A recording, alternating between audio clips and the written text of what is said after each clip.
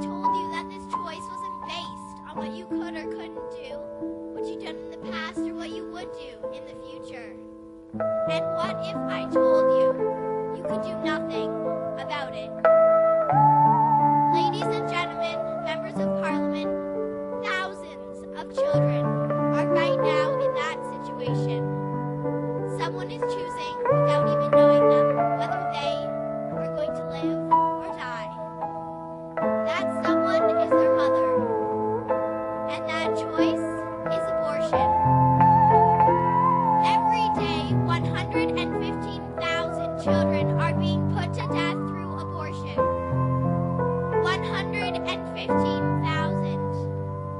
Look around you at this great sea of people. This is only about 10,000 people.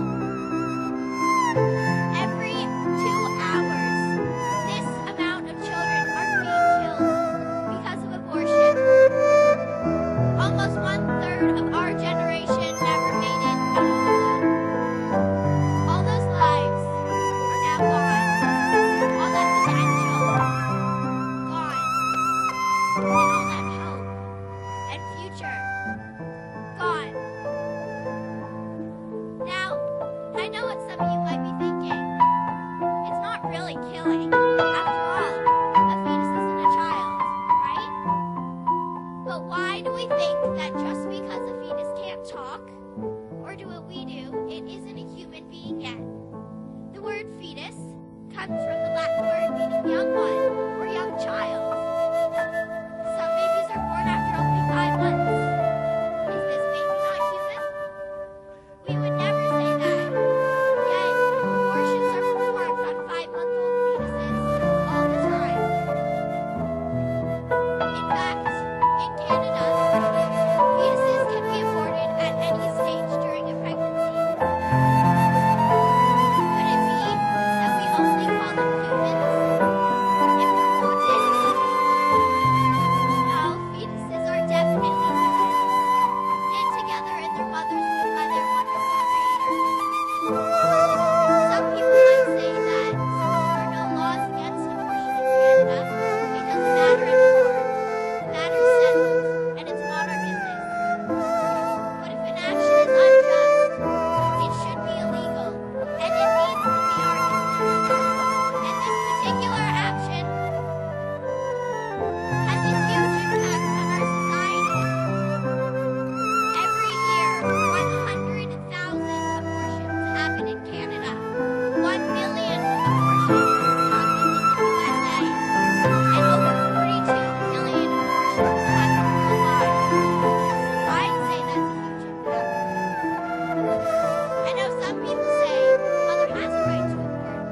After all, her life is dramatically impacted by having a baby. But I'm asking you to think about the child's rights that were never given to it. No matter what rights the mother has, it doesn't mean we can deny the rights of the fetus.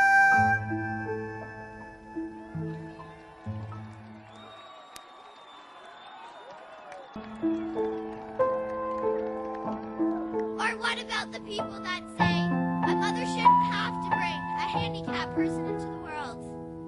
What doesn't make sense to me is that on the one hand, we provide special parking and elevators for the handicapped. We sponsor the Special Olympics, speaking of the joy they are to us and how they inspire us. But when we find out that a pregnant woman is carrying one of these very children, we counsel her to abort it, not giving the child a second thought. And it's not only the handicapped children that are targeted. In Bombay, out of 8,000 pregnancy tests which indicated that the baby was a female, only one of the babies lived. As for the rest, the mother exercised her choice. They were aborted, killed. Talking about the mother's choice, the mother may have had a choice not to have unprotected sex in the first place.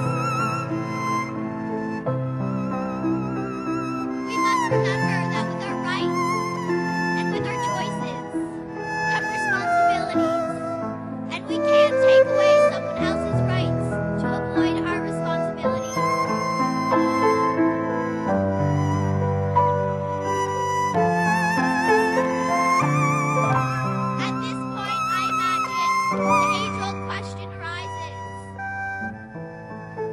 mother didn't choose to have sex?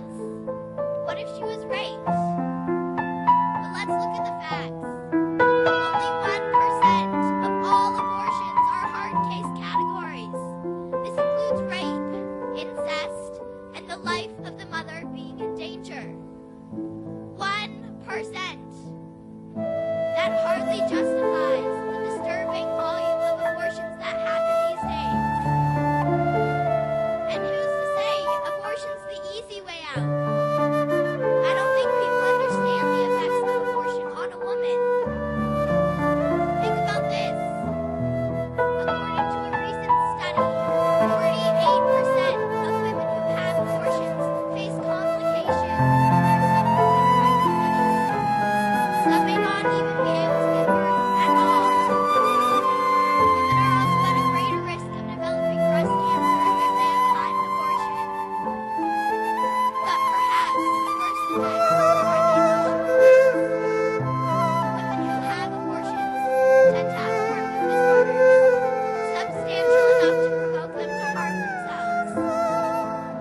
In addition, women are 5 times more likely to have drug and alcohol abuse. 98% of women who have abortions say they would not recommend it to a friend. And 80% of them say they would have carried the baby to full term with better circumstances or more support from others. Abortion leaves a woman feeling lost and uncertain about her future. More than half of all women who have abortions feel guilt, shame, sorrow, regret, and unworthiness afterwards.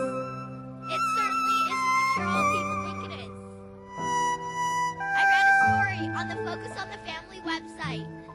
It was about a girl who had an abortion, and she writes, "I had an abortion at the age of 17, and it was the worst thing I ever did.